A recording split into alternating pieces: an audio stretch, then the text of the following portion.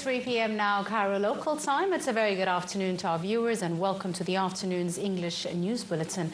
My name is Angie Meher, delighted to be in the company of Lamia Abdel-Sattar. Good afternoon to you, Lamia. Good afternoon, Angie. Good afternoon, everyone. And we start our news bulletin with headlines. Prime Minister Dr. Mustafa Madbouli says the government works to provide a comprehensive medical service nationwide. Foreign Minister Abdelati discusses with his Jordanian counterpart means of enhancing bilateral relations.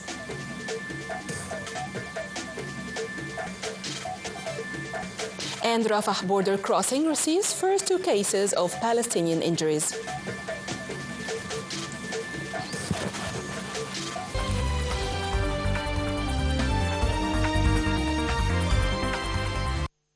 Welcome back, ladies and gentlemen. The details in full. The Prime Minister, Dr. Mustafa Madbouli, asserted that the government is exerting the utmost efforts to provide a comprehensive medical service nationwide, especially those who are unable to afford them, as well as facilitating procedures to obtain these medical services. His remarks came during his inspection tour of a number of national hospitals in Cairo, including Masr Hospital, which takes burn treatments in New Cairo, Nes Hospital in Shubra, Khima, and Bahia Hospital in Sheikh Zayed City. During his tour, he also asserted that in accordance to the directives of President Abdel Fattah al-Sisi, the government is working to enhance investment in the field of healthcare, increase the number of beds in hospitals to match global rates, as well as pump more investments into the health sector. Minister of Foreign Migration and Egyptian Expatriates Affairs Badr Abdelati convened on Saturday with Jordanian Deputy Prime Minister and Minister of Foreign Affairs and Expatriates Ayman Safadi within the framework of the continuous coordination and consultation between both countries. The meeting discussed means of enhancing bilateral relations and the latest regional development. The meeting came ahead of another meeting that will include, in addition to the 2 ministers, the foreign ministers of Saudi Arabia, Qatar, UAE, the Secretary General of the Arab League, and the Secretary General of the Executive Committee of the Palestinian Liberation Organization. Minister of Foreign Affairs, Migration and Egyptian Expatriates Affairs Badr Abdelati stressed on the depth of historical relations between Egypt and South Africa. This came during a phone call he held on Saturday with his South African counterpart Ronald Lamola. During the call, the 2 ministers tackled means of promoting bilateral relations and ways of enhancing joint cooperation in various fields. The call also reviewed following up on the implementation of the outcomes of the 10th session of the Joint Committee, as well as the restructuring of the Joint Business Council to cope with the developments within the framework of trade and investment cooperation between the 2 countries. Meanwhile, they discussed ways to support regional integration and South-South cooperation, asserting the importance of continuous coordination between the 2 countries in international forums and issues of security and stability on the continent. Minister of Foreign Migration and Egyptian Expatriates Affairs Badr Abdelati asserted full support for the humanitarian and medical initiatives of the international surgeon Dr. Magdi Yaqub inside and outside Egypt. This came during Foreign Minister Abdelati's meeting on Saturday with Dr. Magdi Yaqub, where Foreign Minister congratulated him on the occasion of the 15th anniversary of the launch of Magdi Yaqub Heart Foundation. The Foreign Minister praised Dr. Yaqub's latest unprecedented medical achievement in developing heart valves and the role of the foundation as a global medical institution in the field of heart surgeries, wishing him continued health and success in serving humanity. The top diplomat expressed Egypt's appreciation for the valuable contributions exerted by Dr. Yaqub through the launch of Magdi Yaqub Heart Foundation and the Aswan Heart Center, which provides free, high-quality medical services to patients in Egypt and the whole region. The meeting also discussed the latest development in the establishment of the Rwanda-Egypt Heart Center, which will provide world-class medical care in the African continent.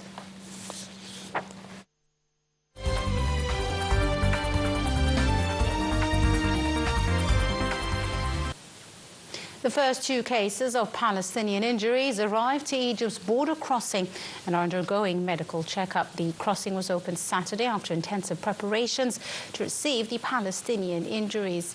The injuries are entering with their companions, as the deal states that every patient has at least 3 companions entering with them into Egyptian territories.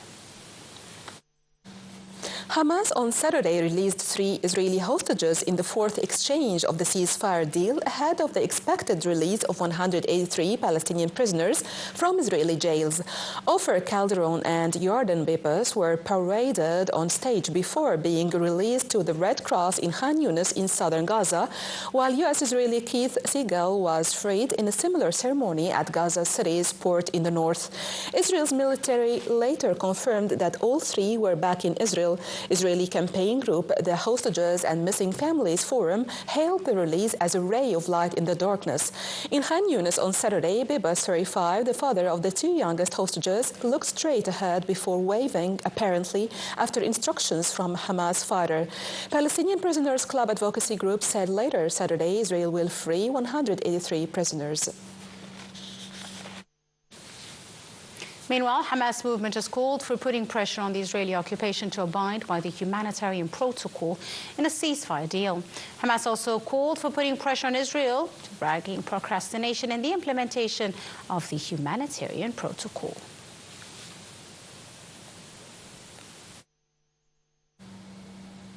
In the West Bank, Israeli occupation forces continue their aggression on Jenin city and its camp for the 12th day in a row, leaving 19 Palestinian martyrs. Palestinian Wafa news agency said that occupation forces detained 4 Palestinians after storming Qabatia town. The forces also detained a Palestinian young man after beating him while storming Araba town, southern Jenin. The news agency added that the occupation forces continue demolishing Palestinian homes in Jenin camp and continuing storming it. Arab League Assistant Secretary General Ambassador Hussam Zaki said that the Iraqi government has provided all capabilities to host a successful Arab summit in Iraq. This came after heading a high-level delegation in a visit to Iraqi capital Baghdad to be briefed on the preparations of holding the next Arab summit in Iraq. After meeting with the Iraqi Foreign Minister Fred Hussein, Ambassador Hussam Zaki asserted the Arab League's keenness to provide all the expertise to achieve the targets of the summit. 2 people were killed and 10 others were also wounded in an Israeli strike in Lebanon's Bekaa Valley area after the Israeli military said it had struck several Hezbollah targets overnight in the Bekaa Valley and along the Syrian-Lebanese border. The Israeli army said in a statement that the targets included a facility used for underground weapons development and another linked to arms smuggling into Lebanon from neighboring Syria. Hezbollah official Ibrahim Moussawi condemned the air raids, calling them a very dangerous violation and a blatant and explicit aggression, and called on the Lebanese state to halt Israelis' attacks. The strikes were the latest by Israel in Lebanon despite a ceasefire agreement reached in late November between Israel and Hezbollah that ended more than a year of fighting between the 2 heavily armed foes.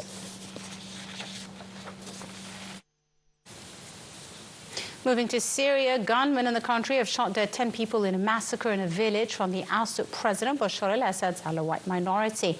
Syrian Observatory for Human Rights said the massacre took place in Arza village in the northern Hama countryside that is inhabited by citizens of the Alawite sect. Syrian newspaper, quoting a security source, said that security forces were surrounding the area to hunt the criminals behind the killings. It said former officers and soldiers were amongst those who died in the attack. Earlier, new authorities announced the arrest of Assad's cousin, Atif Najib, accusing of orchestrating a crackdown in Daraa, where the 2011 Syrian uprising began. Russia launched a barrage of drones and missiles on Ukraine on Saturday, killing at least 4 civilians and damaging residential buildings and infrastructure across the country.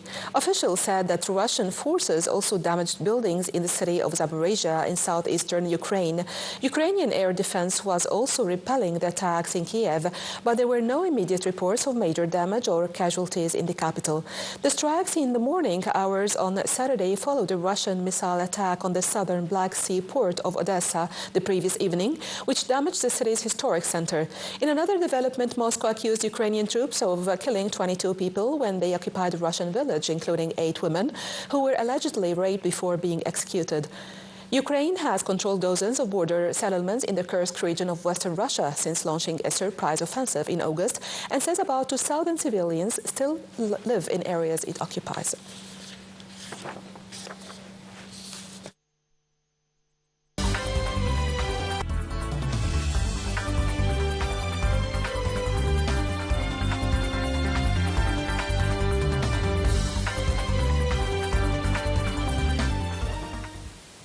Welcome back, ladies and gentlemen. Now moving to some business news. Libya's National Oil Corporation new acting chairman, Suleiman, said that the corporation will focus on raising its output and transparency as Africa's second largest oil producer looks to recover from years of instability. Referring to the NOC's arm, which procures equipment and other services for oil field operations, he added that he's still working on forming a complete picture of what has been done in some companies, such as the Mediterranean Oil Services Company. He also said he's in contact with Libya's Attorney General over a request to stop the crude swap program. His comments were the first to outline the possible office closures and his first on the decision by the Attorney General to halt the NOC's use of crude for oil swaps. Germany's annual inflation rate held steady in January, but core inflation eased markedly, keeping intact expectations of further interest rate cuts from the European Central Bank. Preliminary data showed German inflation remained at 2.8% this month, in line with forecasts. Core inflation, which excludes volatile food and energy prices, is to 2.9% in January from 3.3% in December. The weakness of Europe's biggest economy took its toll on the labor market, with the unemployment rate rising to 6.2%, the highest in more than 4 years. Meanwhile, Eurozone inflation is expected to be held at 2.4% in January, unchanged from the previous month.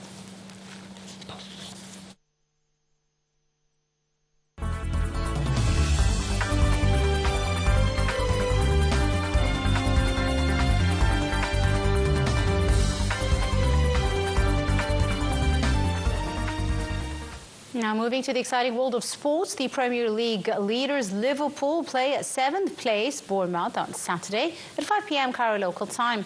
An away clash might not have been underlined as a major obstacle in Liverpool's pursuit of the Premier League title, but the clash on the south coast suddenly looks anything but a relaxed trip to the seaside.